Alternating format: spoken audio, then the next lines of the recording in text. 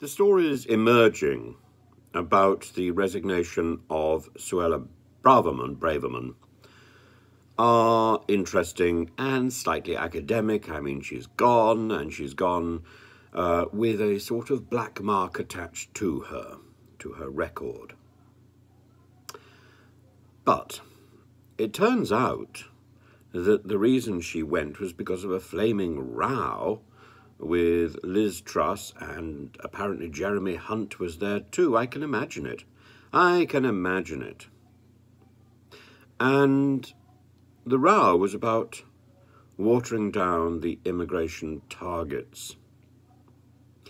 Again, I think really all a little academic, because Braverman, like Priti Patel, was more focused on the rhetoric and the sloganizing and the nastiness and their Rwanda project than actually getting the job done. Getting the job done is a very simple process.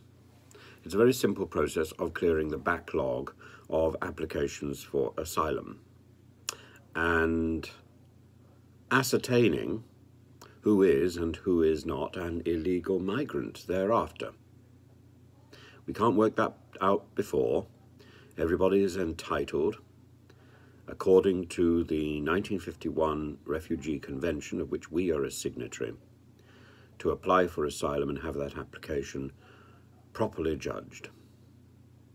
Now, if we have a huge backlog of applications, then that means we have a huge backlog of people being kept in temporary accommodation at our expense, who may or may not have reasonable grounds for making an application to be a refugee in this country.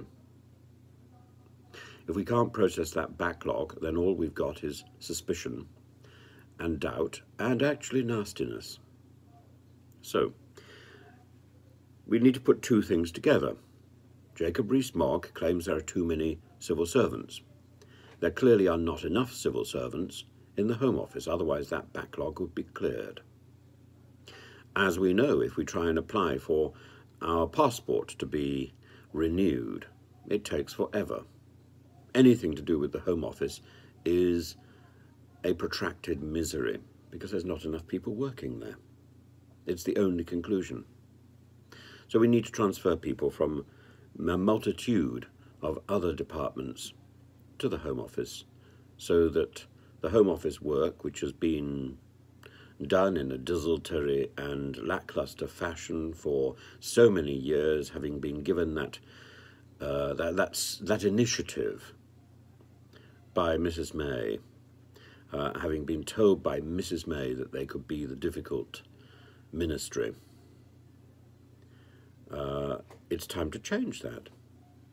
No ministry should be equipped with the sort of slogans Mrs. May injected into the Home Office, that it should be difficult, that it should provide a hostile environment. That is not in our nature.